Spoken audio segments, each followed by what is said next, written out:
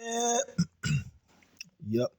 Like I say, man, I like to read, and I'm not a fast reader because I like to study what it is I'm reading. This right here, I've had that book since 2009. Since two, since 2009. But I have been studying stuff like this since 2006, 2007. The library, I do not go to the library. I go to stores like Barnes and Nobles. You had one in Cary, North Carolina, off of Maynard. You had another one at Triangle Mall. You have another one at South Point Mall. I went to the bookstores because I like to get my hands on the books, because it might take me a time to go through everything. I like to cross-reference it through other texts. I like to see it in other texts and how it's lining up. And sometimes, like I say, man, when you find out certain things, and the most important information has always been hidden in your books. And they said if you want to hide something, they said if you wanted to hide anything, especially they said from what I was told from black people, was put it in a book. So that's why I take reading very seriously, because you'll find more secrets and you'll find the truth in your books that they don't want you to read. Like I said, I've been studying this stuff since 2006, 2007.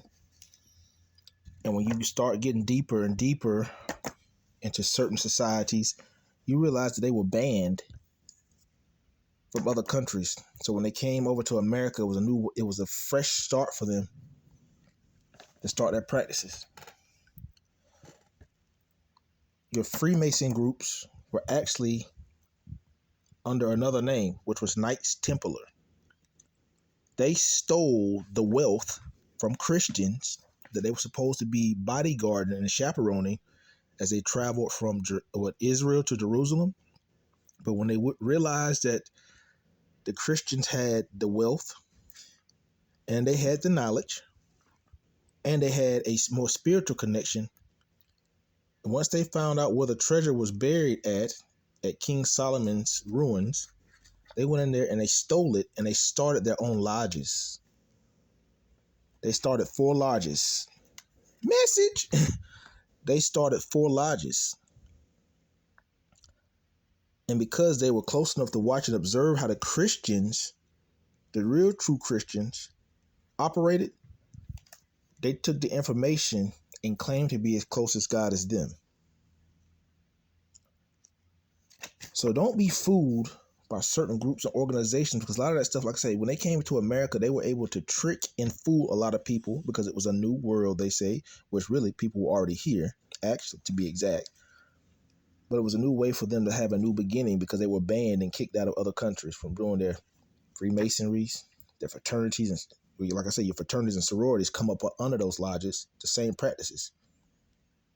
They follow the same guidelines. A lot of stuff was banned in other countries.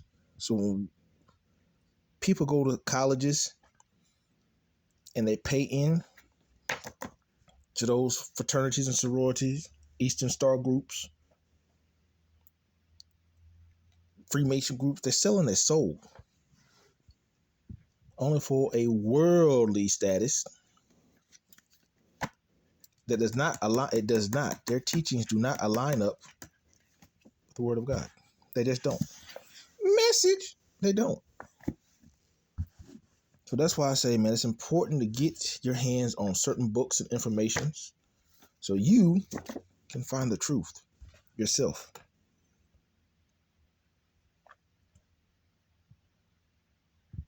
So you can find the truth. So you can find the truth.